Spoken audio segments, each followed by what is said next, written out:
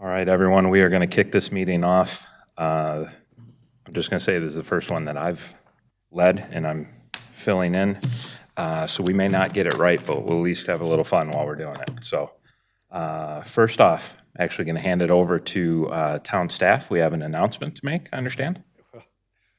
Build it up too much, but just wanted to introduce our new staff member. This is Jesse James from Morganton previously, but he's a Harrisburg native, and so grew up in the area, college in the Carolinas as well. So he's senior planner, and he's going to be doing a lot of these subdivisions as well. So he's going to be a face that you're going to see a lot. So get used to it.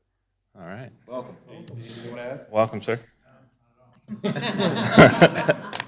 Not a single thing. That's nice and safe. Yes. Jesse James, yes. All right. And we will start with approving last month's minutes. Mr. Chairman, I'd like to make a motion to approve the minutes from the April 26, 2022 meeting. Okay. Do you have a second? Second. All right. Any discussion on the minutes? Nope. Okay. Show of hands, all in favor? Any opposed? All right, that is unanimous. I know. We nailed it, guys. Man, we are on a roll. Let's jump to this now. We have a few people signed up to speak this evening, aside from the applicants. So for the public that is here to speak, we'll go ahead and get started. When you come up to the podium, get your name and address for the public record, and then once you finish that, you'll get 3 minutes to say what it is you have to say. First on the list, David Kidd. That's you only if you want to.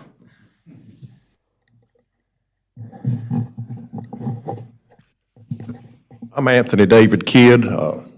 My wife Linda and I own the property, and you guys are considering today. I don't have much to say. I just wanted to thank the guys that work across the street that do the work, and thank you guys for your time and service. My wife Linda served on the planning board for several years, and I know the pay scale you guys are on. So we thank you for your time.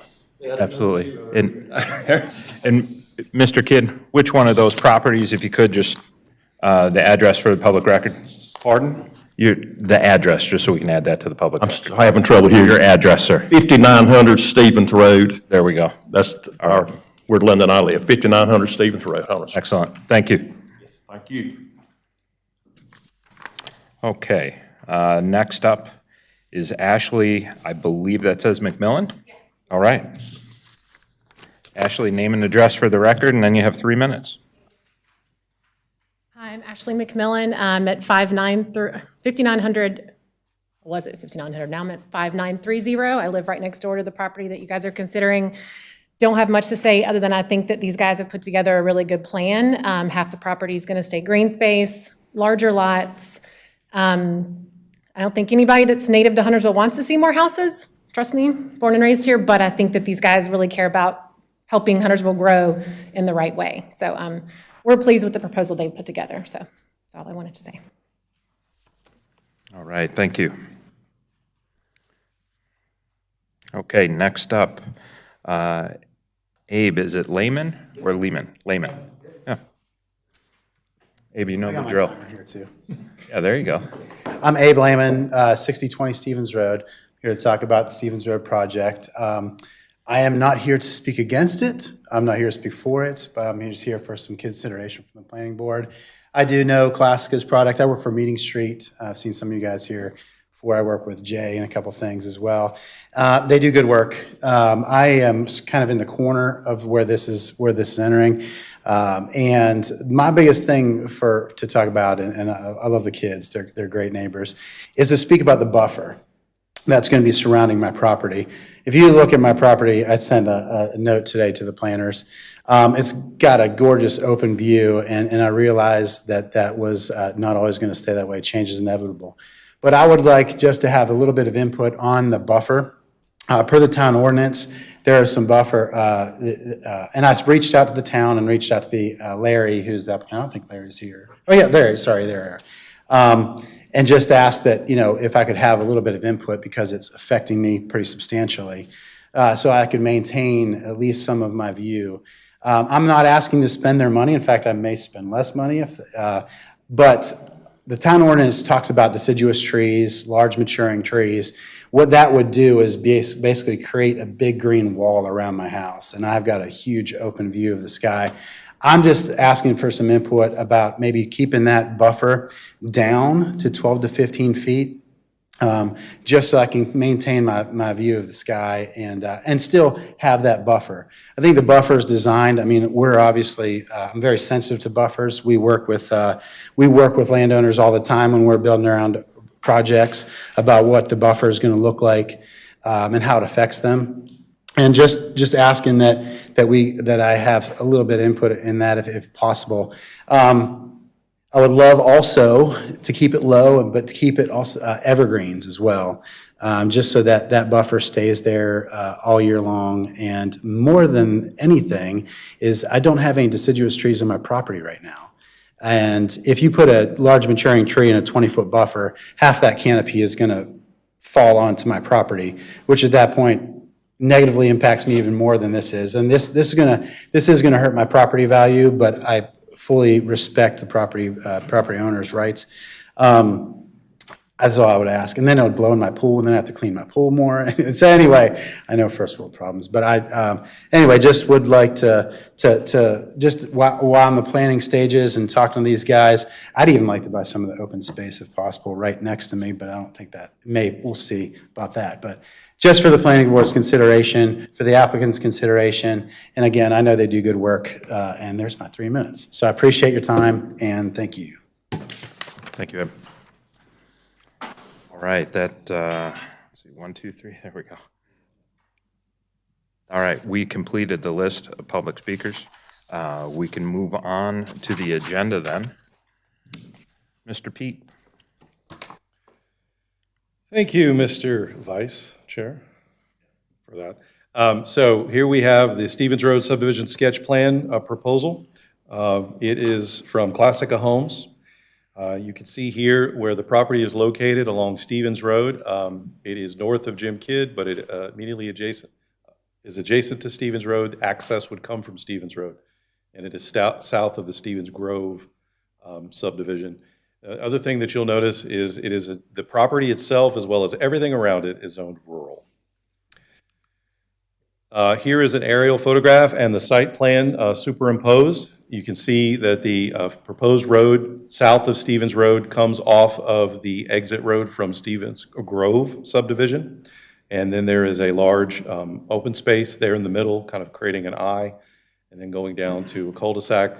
And then there is a creek area to the west, and then everything beyond that is undisturbed in this proposal. Here's a blow-up of the site plan, just to go over a few more things. The working property address is 6010 Stevens Road. It's a total of 43.245 acres. It is currently farmland and vacant. The proposal is for 26 single-family homes on 26 lots.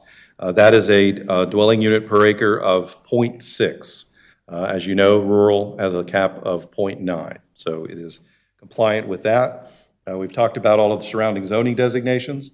There was a neighborhood meeting that was held on April the 11th, fairly well attended, about 26, maybe under 30. A lot of residents from the Stevens Grove development that were just interested in what's coming, or what's being proposed, rather. The subdivision looks to be developed in one phase, or rather, there's no phasing plan associated. A water quality concept plan is still being reviewed by our staff, and of course, will need to be compliant. A willingness to serve letter has been received from Charlotte Water. This is not in the bad side of the drainage, so this will be able to move forward if things were to go in that direction. Open space, there is no urban open space requirement in rural, but they are providing 47% of the site. And as you can see on the site plan on the screen, again, when you look in the creek area, as well as everything to the west of the creek being undeveloped, you've got a real high percentage of open space. TIA determination, the density of this project and the volume that would be generated did not merit a TIA, so there is not one. Because Stevens Road is a DOT facility, we are looking to hear from DOT and what they may require. To date, we have not heard anything from them. So we'll need to have that provided as we move forward. Part 4 of your staff report gets to some references to the 2040 community plan. I will move forward in that and show you that the red dot represents approximately where it is, and it is in the rural conservation area. Again, you can see there the descriptors of what it's looking for. But the last sentence is, again, probably the most telling. New development should have 0.9 units per acre or less, and typically 45% open space. So this proposal is 0.6 and 47%, so hitting those marks. So at the bottom of this image, you can see the different 2040 community plan references involving environmental aspects, land use aspects, some public service, and some transportation. And again, if you'd like to touch on any of those or revisit them, I'm happy to do so. In addition to the 2040 plan, we also have the Beatties Ford Road Corridor Small Area Plan. You can see the purple ring there that represents where the property is. And just a couple of things to show you there. This plan actually sort of designates this property as in an equestrian use corridor. And that is an initiative that the plan had of trying to create kind of north-south movement on that western edge of the community, where because of the high concentration or at least a large amount of equestrian-oriented uses, that they would be able to kind of circulate without getting on the roads or what have you. That's not necessarily a specific role of this site plan, but that western area on the other side of the creek, by not being developed at all, if there were some initiative at a county, town, or an individual level to perhaps create something like that, there may be some ability to do that in the future. So, but again, just letting you know that this is definitely looking for low density, and this project, of course, is satisfying that. Another thing that I would point out to you is the corridor plan talked about in its transportation, a desire to create a more northwest movement west of Beatties Ford Road. It says the same thing on the east of Beatties Ford Road, but the point here is to focus on the west. And what that's looking to do there is just create options and not burden all of these side roads with getting on Beatties Ford Road to go north or south. There are schools right here immediately in the vicinity. There's middle school and the elementary school. There is a Berry Park, which is an active public park facility that is highly used. And so the black dashed lines that you see on either side of the purple ring, those just represent possible locations. If you look at the note at the bottom of this image in yellow, it says that the proposed minor thoroughfares and the corridor streets are only illustrative as depicted here, and the actual connections would require some additional analysis. So the point is that you're looking to move north and south. And so what I'm illustrating here is this particular subdivision is creating a central street, and that street would only have one other parcel to go before getting down to Jim Kidd to sort of be very consistent with that plan. I will mention, and I think it's worth mentioning, that the property immediately to the south of this subdivision is owned by the city of Charlotte. They acquired it. They have not I don't believe that they have designated specifically what they would do with that property going forward, so we certainly do not know. But they would have definite say on whether that road's ever going to be extended or not. So just wanted to share that. But there is a consistency with that small area plan in terms of this road that could fill in. And, you know, there's 2 roads shown on this plan, but I think, you know, you could certainly make a point that would one be, you know, sufficient if that were to be the case. But that's neither here nor there. That would be analyzed going forward. Here is a quick snapshot of the report that we got from CMS about impact to schools, just to give you a touch on that. And you can see on the right there that Barnett and Bradley would not, this particular project is not throwing them over 100%, but it is looking to, the summary there at the top says you could expect approximately 13 students. So that is added there. And so in summary, it's a pretty straightforward development. The planning staff finds, or rather the town staff finds that the application is complete. We would find that in terms of compliance, it is generally meeting all of the requirements of the subdivision ordinance and the zoning ordinance. But we would look for a complete tree survey to demonstrate that they have complied with the tree save percentage. We don't necessarily doubt that they can.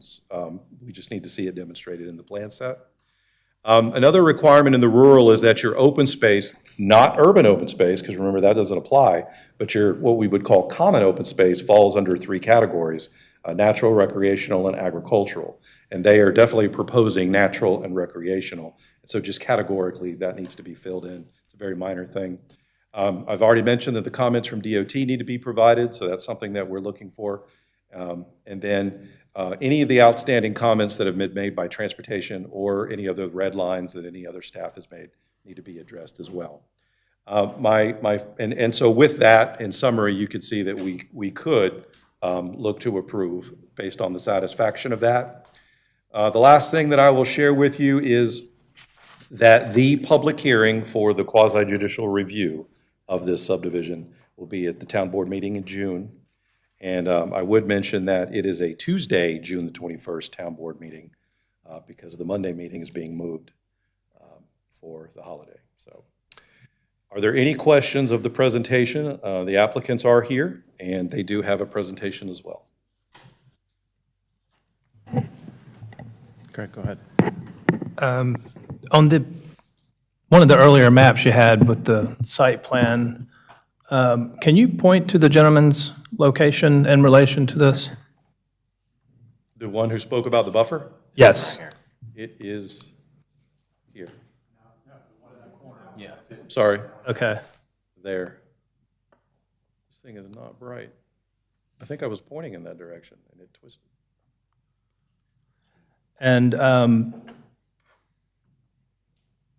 his request about, I believe, obviously he wants smaller if possible, but was there also non-deciduous or preference? So you can see in the last, the area in the green here, this is from the zoning ordinance, and this is our residential buffer standard. So in the 20 feet, what we're looking for is a cross-section that averages 3 trees per 1,000, 25% large maturing, 25% small maturing, 25% evergreen. And so that's what our ordinance is looking for. The applicants have offered up compliance with that standard, and we find it appropriate. We understand the residents' request, and certainly these are minimums. And so if there wanted to be more evergreen, that's not an issue. But we would, the requirement is large maturing and deciduous. So the planning board can certainly make a recommendation, pass along to the board. But we're looking for compliance with the regulations, and no modifications have been requested. Okay. And the Stevens Grove neighborhood being the most comparable, I guess, to this area, do you know what their current units per acre? Excellent question. No, I do not. I'm not sure if Jack has that density map handy. And are they also currently in rural conservation when it was developed? No, so they were developed long before Huntersville's current rules apply. Okay. 2.5 units an acre. This is 0.6, a little over 0.6 units an acre, so the rules are much different. It's also in a critical watershed, so it's got to be low density. You can see So the lots. when I looked at that, Jack, on Polaris, that Stephen Groves subdivision is in protected area 1. So I don't know how that, how that impacts. I didn't go look at that. But I have another question that regarding built-up area and impervious. Crunching the numbers and looking at everything, it's plus and minus, it's so close, I'm sure it all works out, it's not a problem. There are two things that, one is that Northern Triangle up along Stevens Road is in critical area 4, and the rest of the development is in critical area 3. So this is a question. So that little triangle would have to be calculated different for impervious area versus the whole document. So you could, it would be calculated on its own with its available acreage versus what's allowed. And then the rest of the development would be calculated as a CA3. Yeah, and I am not 100% sure that that is the case, because I don't administer our stormwater review. But our stormwater review team is well aware of which districts are in. So if it's a matter of reporting the data, the applicants are here and they can certainly speak to that issue. I'm sure all that works out. If it were CA4, I would think it would be to the applicant's advantage because that's 24%, and part of the road goes through there, so he would do that because you can't swap CA3 to CA4 impervious area. The second question is, and I guess my concern is, and this may not be, it's just what I see when I look at the impervious calculations. They've included the applicant has included the 150 square feet, that minimum that's required to leave for the new homeowner. They've included that in their building pad, so it's calculated in.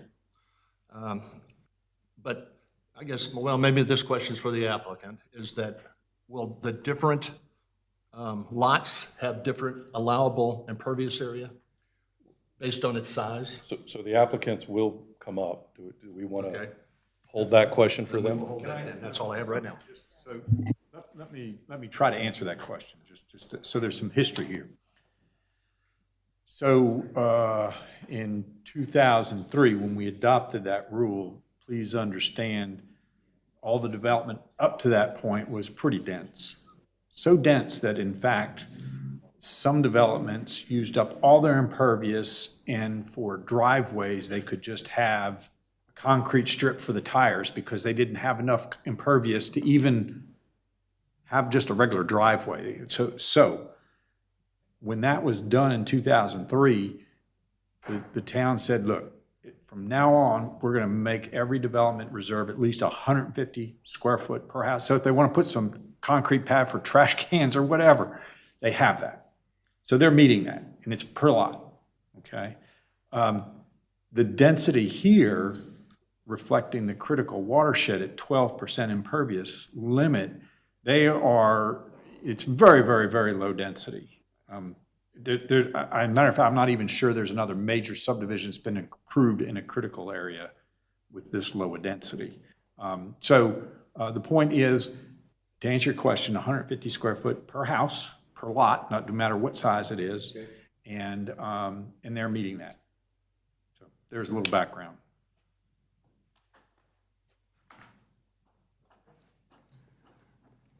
If I could ask a question just to go off of that. The total permitted area being a little bit over 225,000 or 226,000 square feet, and when after all is said and done with the project, only 675 square feet is remaining. Does that give any angst to plan staff? Well, they got to be right on it, don't they? That's their limitation. My understanding is that total number has the 150 or the 1% built in. And so they've got that taken care of, and they don't have a lot left. Okay. Any other questions for staff? No? Okay.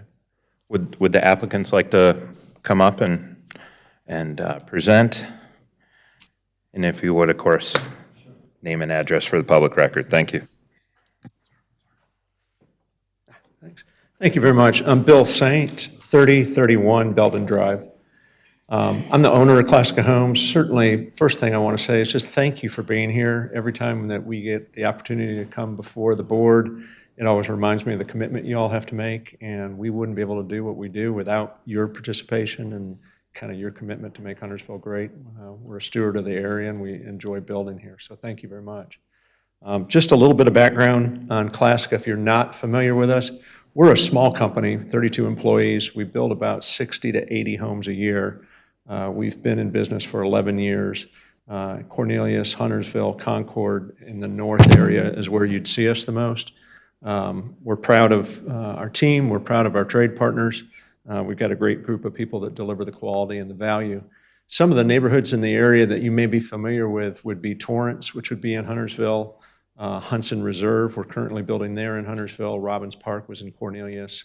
Jatan Place was in Cornelius. Arden Mill up there in the left, that's down in Fort Mill. Granary Oaks would be over in Concord. So just some of the neighborhoods that we've built and developed. We do not develop land for other people or commercial use or other builders. We simply work on our own projects. Typically, our neighborhoods will be anywhere from 20 lots to perhaps 100. This one fits right in our sweet spot of what we like to do. The architecture that we bring into the neighborhood would look a lot like this. We use architects that we feel are the best in the country. It's one architect that does all of our work, so we're not bringing a high mixture. The architectural types will be timeless in design and true to the form, whether it's English countryside or a lot of modern farm that you see these days, or American cottage, or English influence, or French and kind of European influence with stucco. But it's a variety of mixtures and textures and authentic in nature and scope. From here, I'm going to turn it over to Larry Burton, who's on our land development team, and he'll kind of walk through some of the specifics, much of what you've already covered, but happy to answer questions as we move along. Thank you.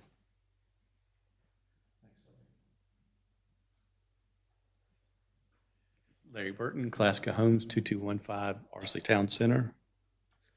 You know where the project is. How do you?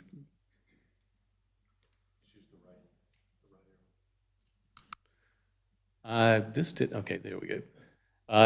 Low-density project, as we've discussed, David's answered the majority of the questions about the impervious. When you do the calculation, you come up with about a little over 8,600 square feet of impervious per lot, which includes the 150 allocation that needs to be held in reserve, which is going to leave us more than sufficient amount of impervious that we need per lot. David's covered pretty much everything else about the project. If y'all have any particular questions, I'm happy to answer them.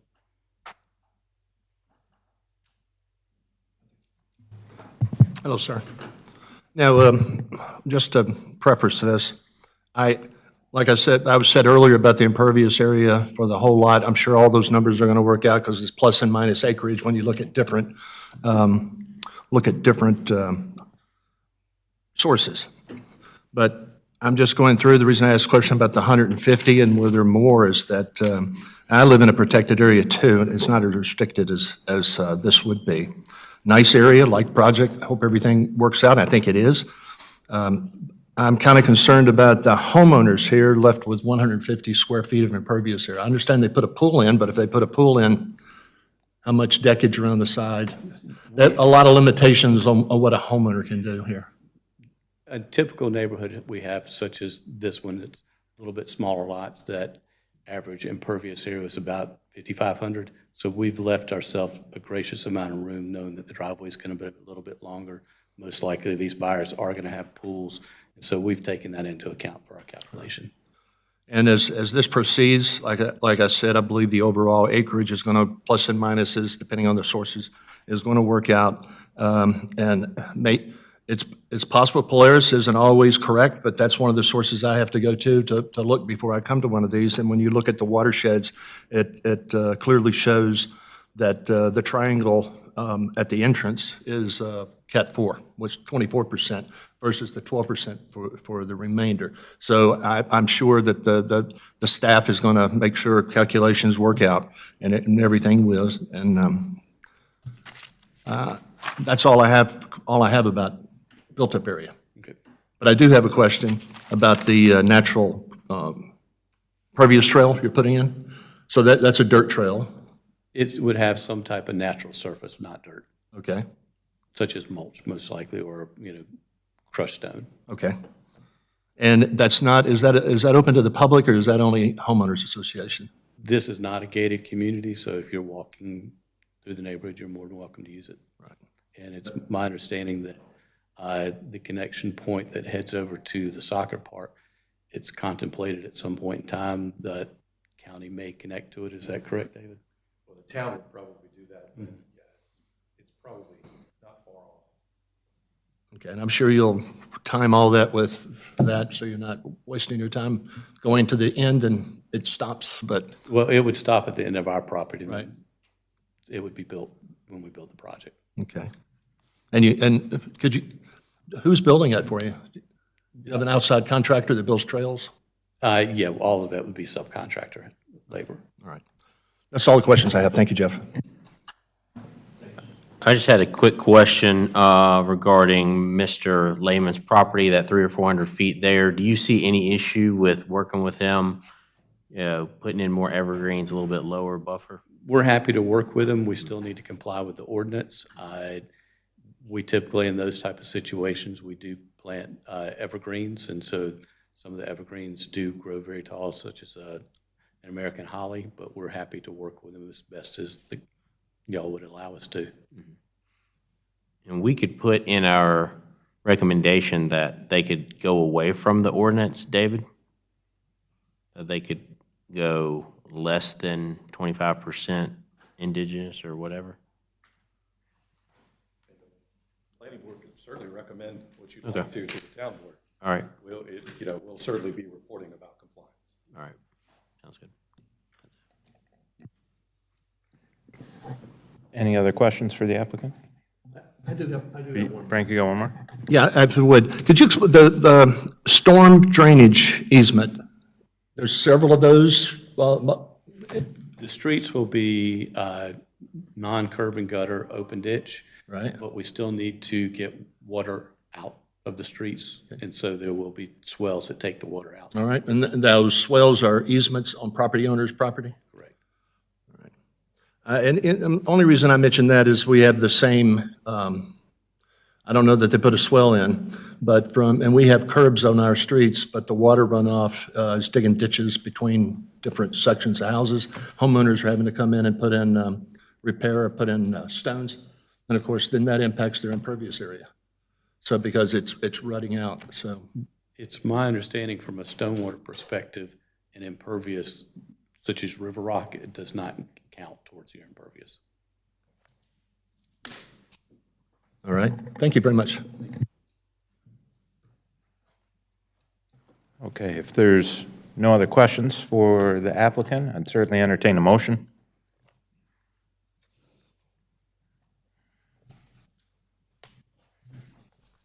Before a motion, I've got a question.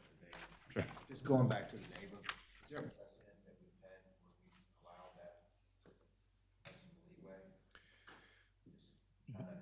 Well, buffers are very often, I'll say modified, not necessarily reduced, but modified when you when you have a CD rezoning. So that is something that does happen, but a by right subdivision, you don't see it quite as much, although modification requests can come along. So again, getting back to the specifics of a by right subdivision, I don't think we see it as often. It doesn't mean that it's inappropriate, if you will. Well, I don't know that we have an opinion. I think that we don't find the standard to be inappropriate in this context. So.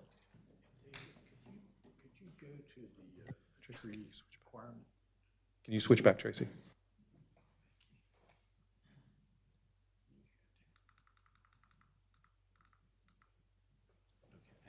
So just so we're clear,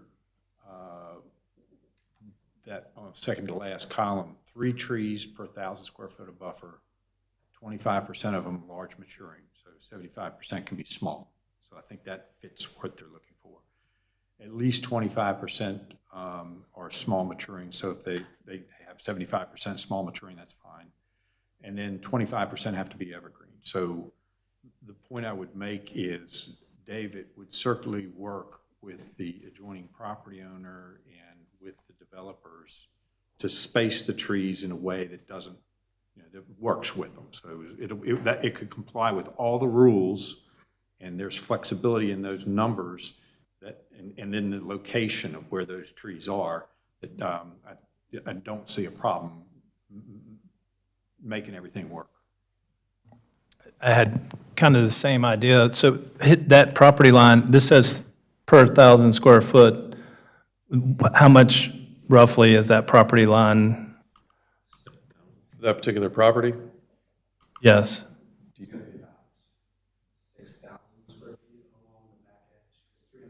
300 feet long, So what's that quick math? That's 6,000. 10 large trees?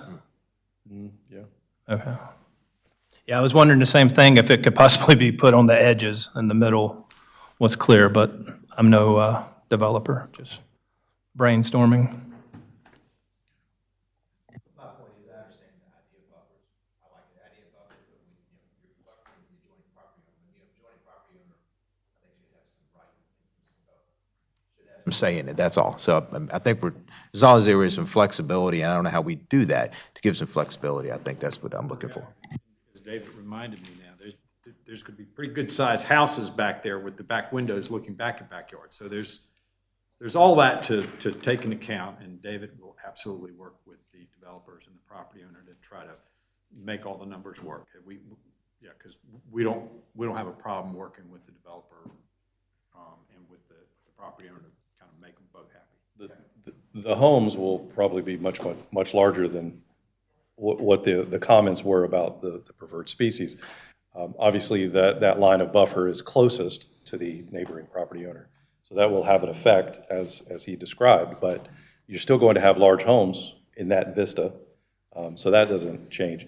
And again, and I won't say this to be, I don't want it to be over judgmental of the comment, but the buffer standard is there to be beyond the individual adjoining property owners. And so 100% take full credit for what the comment is about the preference. Don't question that 1 second, but the property could sell. And then, the next owner might feel slightly different. So the buffer standard is sort of there to stand the test of time and be appropriate in all regard. But it does not mean that it is rigid. I mean, Jack described it very well. What you see in there are the minimum qualifications. And so you could certainly swing heavily on evergreen or heavily non-deciduous as long as you're hitting those 25%. So we think there is some play in there, and we can probably, through math, group them or cluster them in such a way that it gives them 75% of what he's looking for lack of a better math example. So.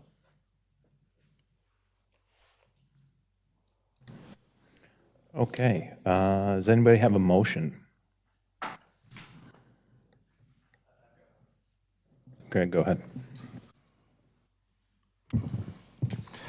The planning board finds the Stephen Road subdivision sketch plan to be complete. We find the sketch to be in compliance with the applicable requirements of section 6.2 of the subdivision ordinance if the following items are completed. 1, a complete tree survey. 2, identify open spaces as either natural or recreational. 3, comments from NCDOT must be provided and addressed. 4, all outstanding town transportation comments to be addressed. 5, all outstanding comments from town planning staff are addressed. Support for portions of such compliance can be found in policies LU 2.2, LU 7.1, LU 9.2, EOS 2.1, EOS 4.3, EOS 8.2, PS 8.1, and T 3.1 of the 2040 Huntersville Community Plan. Further, the sketch plan also complies with the future land use of rural conservation areas, and it does not hinder the current Beatties Ford Road Small Area Plan. The plan recommends approval of the Stephen Road subdivision sketch plan based on the previously mentioned findings. Actually, and can I also make a recommendation that the applicant continue to work with the property owner in the north, lack of a better term, northeast area of the zone to find the applicable or buffer plan? That can, let me add that too, please, Tracy. Okay, in a second. Second. Oh. Jay, I got you. Jay. All right, any discussion?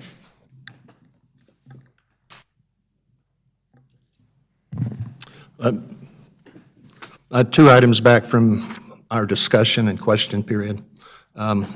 One is just, I know staff is going to look at this to make a difference, to make sure Polaris is either correct or incorrect as far as critical area 4 and versus critical area 3 and the calculations for impervious area. And the second part is, I have some concern about, if staff will look at this, about the drainage easements, about if not done properly, and I'm sure this is a professional company, and I'm sure they will do it professionally, and it'll be built competently, but if there's a problem, you're putting a burden on homeowners that they may or may not be able to fix when they only have 150 square feet of impervious area to play with to begin with.